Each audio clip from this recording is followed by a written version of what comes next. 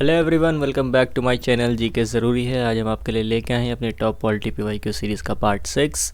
तो आइए स्टार्ट करते हैं।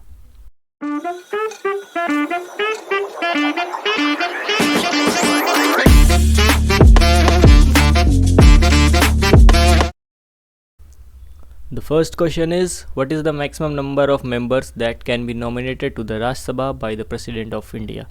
तो कितने मेंबर्स को प्रेसिडेंट राज्यसभा में नॉमिनेट कर सकता है वो आपको बताना है। आपके ऑप्शंस हैं 10, 12, 15 और 20 and the right answer is 12।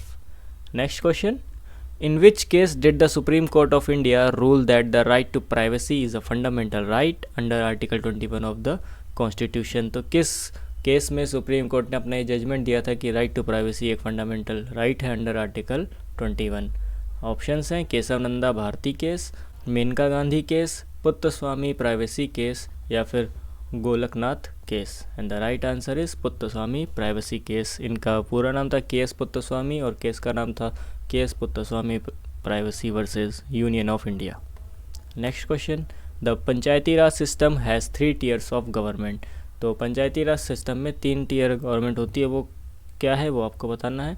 Gram panchayat, panchayat samiti, zila parishad, village panchayat, block panchayat, district panchayat, gram sabha, gram panchayat, panchayat samiti या फिर all of the above.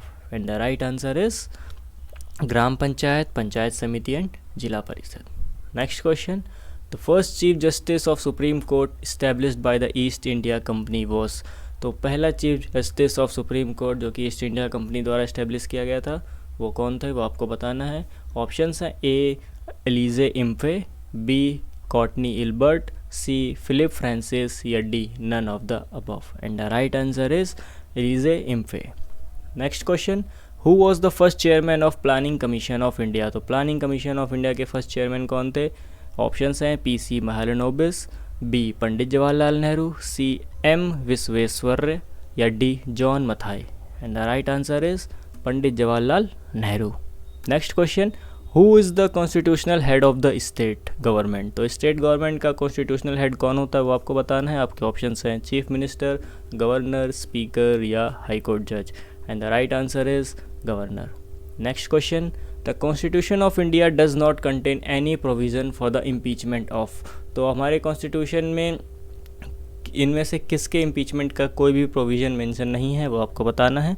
Options हैं president of India, governor of the state, chief justice of India या फिर vice president of India. And the right answer is the governor of a state. इसके लिए कोई भी provision नहीं है इसके इम्पीचमेंट के लिए। Next question, which one of the following schedule of the constitution of India contains provisions regarding anti defection. तो एंटी डिफेक्शन के लिए किस शेड्यूल में प्रोविजंस मेंशन है वो आपको बताना है। ऑप्शंस हैं आपके ए 10 शेड्यूल, बी 6 शेड्यूल, सी 9 शेड्यूल या D 8 schedule. And the right answer is 10 schedule. Next question, what is the maximum age till which chairman of the national human right commission can hold office. तो human rights commission का जो chairman है वो कितने as तक उस office में work कर सकता है। आपके ऑप्शंस हैं 60 ईयर्स, 62 ईयर्स, 65 ईयर्स या फिर 70 years. And the right answer is 70 years. Next है आपका, the transgender person protection of right acts was passed in which year.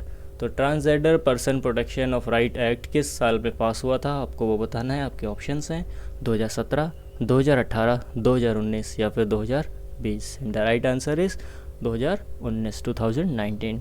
So thank you everyone for watching the video. अगर आपको video पसंद आया तो kindly like, share and subscribe. इस video की PDF आपको हमारे टेलीग्राम चैनल @GK ज़रूरी पे मिल जाएगी। आप हमें इंस्टाग्राम पे भी फॉलो कर सकते हैं। मिलते हैं इस वीडियो की अगली सीरीज़ के साथ। Thank you.